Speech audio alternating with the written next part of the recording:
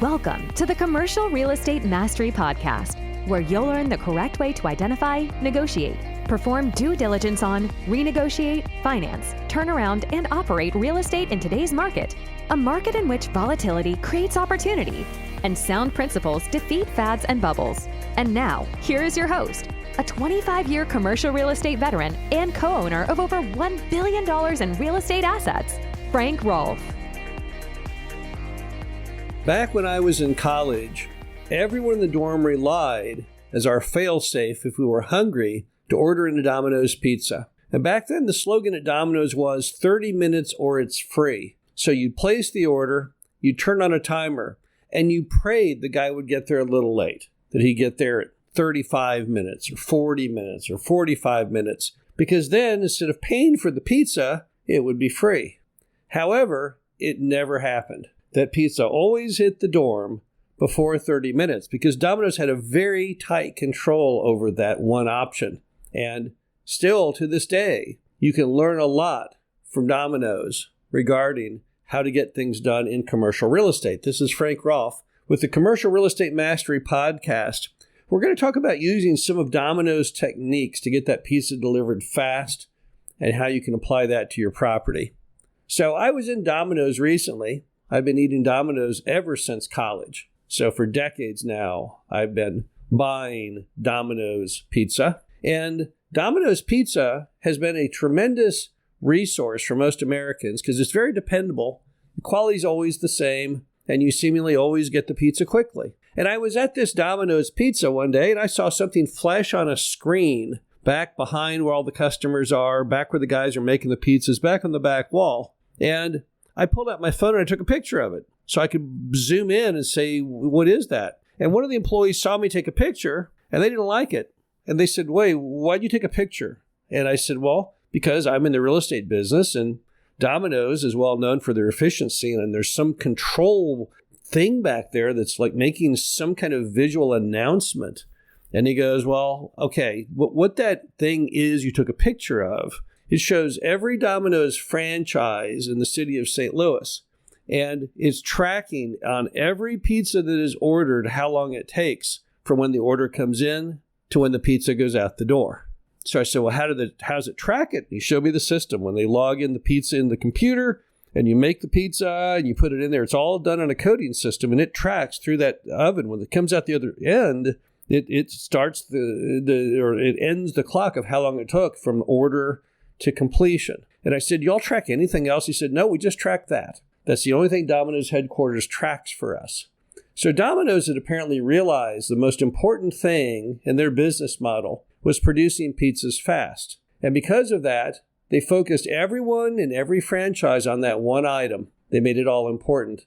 And apparently, whatever team or whatever restaurant grouping had the shortest time every month, everyone got a bonus.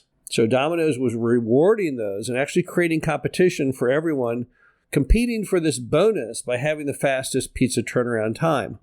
So what's the lesson learned from that for commercial real estate? Well, many times on a property, you're trying to get some finite thing accomplished. Maybe you're trying to get things leased up. If it's a mobile home park, maybe you're trying to fill lots, self-storage facility, trying to fill units. And you got to pick out what that most important thing is to your business, whatever the case may be. And you got to create some kind of metric for everyone to see how you're doing as far as driving towards that goal.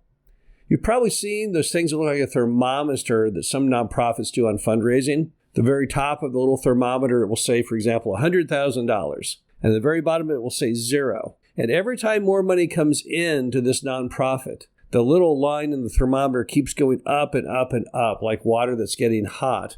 And you can visualize exactly where you are in relation to that goal. You see the same thing in car dealerships. They've got a board that has every salesman's name and how many cars they've sold this month because they all compete. They want to sell the most cars, so they'll get a prize or a bonus. But of course, they don't talk about it, but whoever has the least number of cars sold is probably very likely going to get fired. But you can do the same with your property. All you have to do is figure out what is the most important piece of data to your business, and then find a way to track it, and then record it every day, focus everybody on it, reward the winners for winning, but at the same time, people kind of know that there's also punishment that comes from losing. And when you make it out there where everyone can see it, it becomes extremely motivating. Now, in a lot of the properties that we've got, one of the primary components is, of course, occupancy.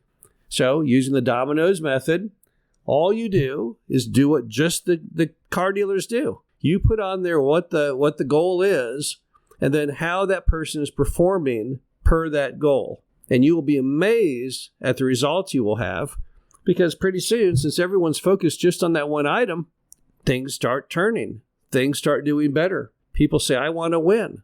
I want to hit my goal. But it's not just for the employees of your property, because sometimes you can use this system most advantageously on yourself.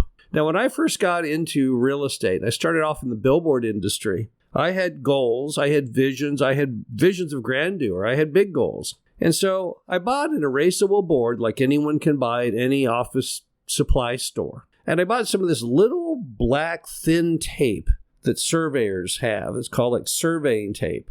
And I put a series of lines down that white erasable board. Had probably about 30 lines or so horizontally. And then I started to put some lines in vertically.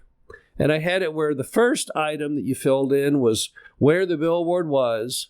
And the next one was a thing that you would put an X in if you got a ground lease signed. And the next one was the thing you would put that had labeled with a P, which was that the permit had been obtained. And then the next one was that the sign had been built. And I thought, you know what, if I can fill that board, if I can fill all of those 30 lines, then I will have a continuous number of billboards coming out the other side. I don't know exactly which will get signed up. I don't know exactly which ones will get the permit. But as long as I fill that thing up, I'll have so many things, so many irons in the fire, something will come out the other end. And that's how I propelled myself from scratch to the largest private owner of billboards in Dallas-Fort Worth. Was I just kept following this board. So I was basically doing the same thing car dealers do, only there were no other salesmen. There were no other people. It was a way that I structured myself so I could see how I was personally performing. And it worked really well. Everyone needs at all times to be reminded of where they stand in relation to their goals. Now, if you write it on a sheet of paper and put it in a drawer, not that effective. If you put it in your computer, not that effective, because you don't only see it when you click on it. But when you put it on a board, on a wall, you can't not look at it. You see it every day. I had another board I developed over time at the old billboard office. I had all my billboards and all the ads and when the ads expired. And I had a little line segment, and it showed 60 days before the expiration of that ad lease. And then I had a little line, and I moved that line every day of the year, one notch to the right, showing the progression of time. And every time that little line hit the start of one of those 60-day intervals, it meant I had to get out there and get that ad space rented. And I could look at that board at any moment and see how I was doing. Because whenever that little line got past the day the ad had expired, I had failed. So I could at a glance see how I was performing.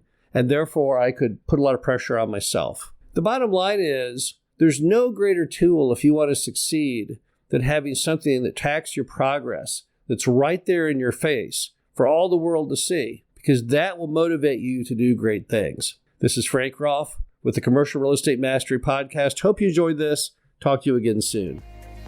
Thank you for listening to the Commercial Real Estate Mastery Podcast. Be sure to visit us at creumastery.com to subscribe to the show, read our show transcriptions, and access all of our great information on real estate investing. And if you have a moment, please feel free to rate, subscribe, and leave a review wherever you listen to your podcasts. This helps others find the show, and we greatly appreciate it. We'll catch you in the next episode.